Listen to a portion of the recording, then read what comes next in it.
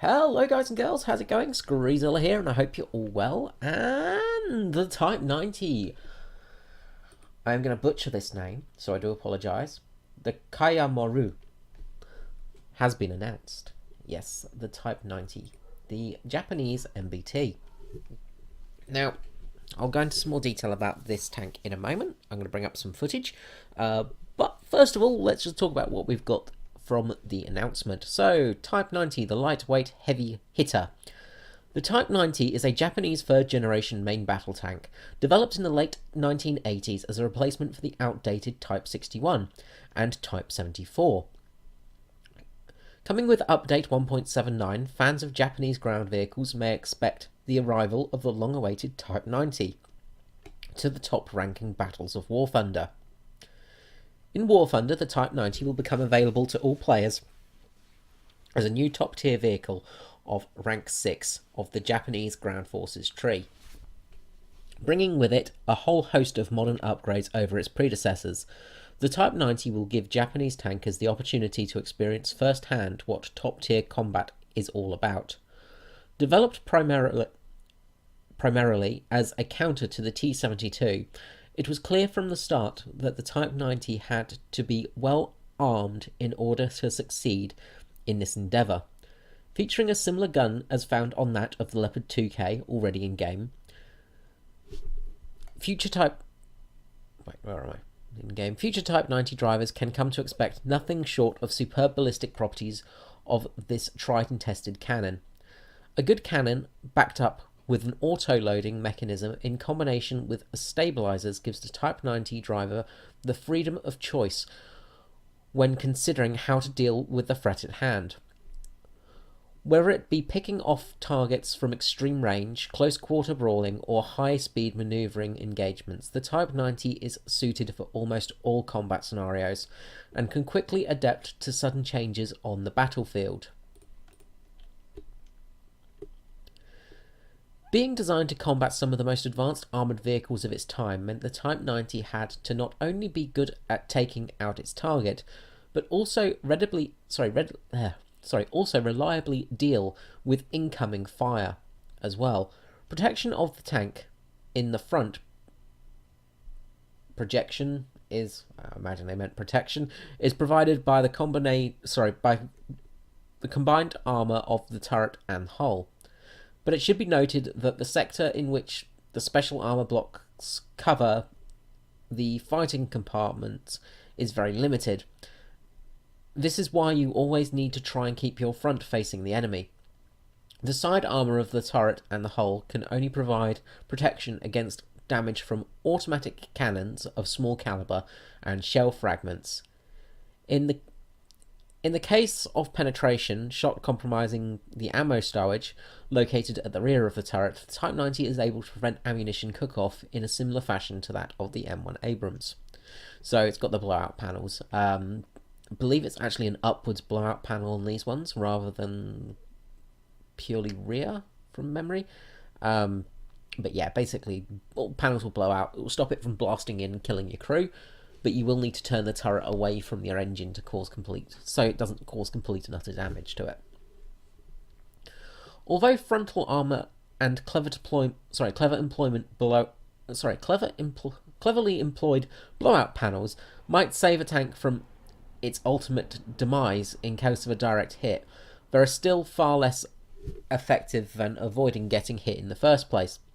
In addition, just as in Soviet tanks equipped with automatic loading mechanics, there are only 3 crew members in the vehicle. Fortunately for aspiring Type 90 drivers, this has been made very easy with the installation of the 1,500 horsepower engine. Despite the fact that this tank weighs just over 50 tons, the powerful Mitsubishi engine manages to bring the Type 90 up to a top speed of 70 km per hour on the road, and even manages 32 km per hour in reverse. Thanks to its great mobility, the Type 90 commanders not only waste next to no time getting into position, but are also able to reposition at a moment's notice in case of their location becoming compromised. Furthermore, adjustable suspension of the Type 90, although being much more simplified than that of the Type 74, allows drivers to adapt the vehicle to uneven ground and counter some of the negative effects of gun handling, like increasing gun depression on a reverse slope, for example. Although the Type 90 never underwent a real trial by fire, in its service life, War Thunder players will have the chance to pit it against some of its contemporaries in Update 1.79. Stay tuned to the news to find out more about the next coming update for War Thunder. Until then. So, the Type 90. Yes, this is a pretty awesome tank. It looks very similar to the Leopard M1 2A, I think it is, off the top of my head. Trying to think, yeah, because it was designed at a similar time. Sorry, M1A2 and M1A1. It has that very similar look. It looks a bit like the Abrams, you know, it has that very similarity in its looks.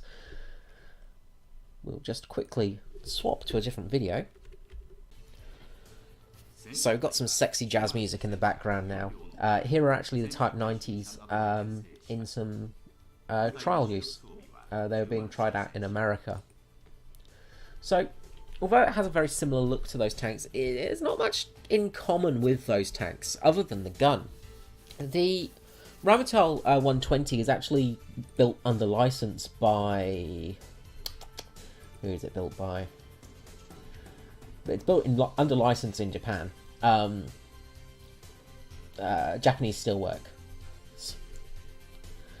So it's built fully under license. It's got its own computer fire control system built by Mitsubishi Electrical. That's pretty much the only thing that isn't purely Japanese on this tank. Everything else was designed by them. And it was one of the problems for it, because it meant that this tank was very expensive, because there was no real parts shared. The other thing is the ammunition is also built by Japan under license. They build their own ammunition for this tank. It's their own sort of version of the ammunition used by the Rheinmetall gun. So again, they've got their own little differences in there, own little quirks and changes. It has very good night vision capabilities. It's got a passive night vision on all the time. It's got very good electrical systems and very good aiming computers as well. It was designed to be a real match to the Soviet tanks of the time. As you see here, it's nice and accurate. It's going shots on fire. Of course, this is test footage. They're not going to show all the fluffs-ups. But this thing is going to be an absolute beast. It's probably one of the most advanced tanks in the game, just before it's sort of when it was released. Now, the big thing with this tank is the frontal armor is going to be mega.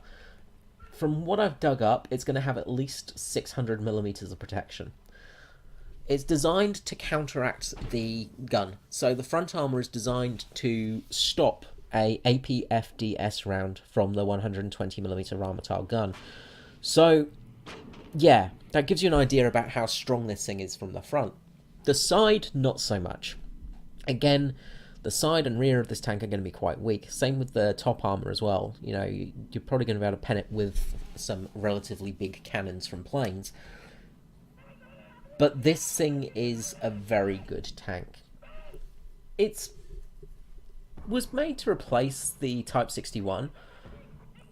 The Type 74 was actually, and is actually still in use by the Japanese Self-Defense Forces. It's mainly in reserve and used as a training vehicle these days, not as an actual, you know, main combat vehicle. But then Japan doesn't have combat vehicles in general. They've only just started training up soldiers for that role again. Now, as I did mention, one of the big drawbacks of this tank was the sheer cost of it. And that meant that only a few of these tanks were actually made in general. There was only something around about 340 of them made for the Type 90s. Now, they did never receive their trial by fire. They never had their fights in combat. But they have proven that they're very good vehicles. The mobility of them is extremely good. The 10-cylinder two-stroke diesel engine that they've got, the Mitsubishi diesel engine, is bloody good. It's one of the better engines out there. And as I said, the actual armour as well is extremely good as well. Mixed with that 120mm auto-loading Ramatar gun, this thing is going to be an absolute weapon.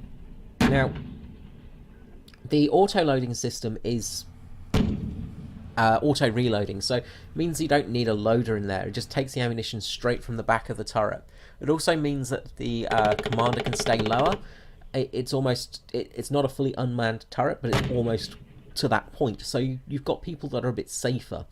You know, the driver is very cut off. So they basically designed it around less chance of people getting injured. I'm extremely excited for this tank, and it's a well-deserved tank for the Japanese tech tree, because boy do we need it. But saying that, the Type 74 is still a good tank, so it's going to make the Japanese top tiers some of the best all-rounders out there, I reckon. Combining this with the Type 74 is going to be an absolute... It's going to be a good matchup. Okay guys, well, I hope you've enjoyed this video. Please let me know below what you think of the Type 90 coming in. Let me know what you think of the vehicle in general, what you've heard, what you sort of know about it as well. I'd love to hear from you. And until next time, this is me, Screezilla, out. Bye-bye.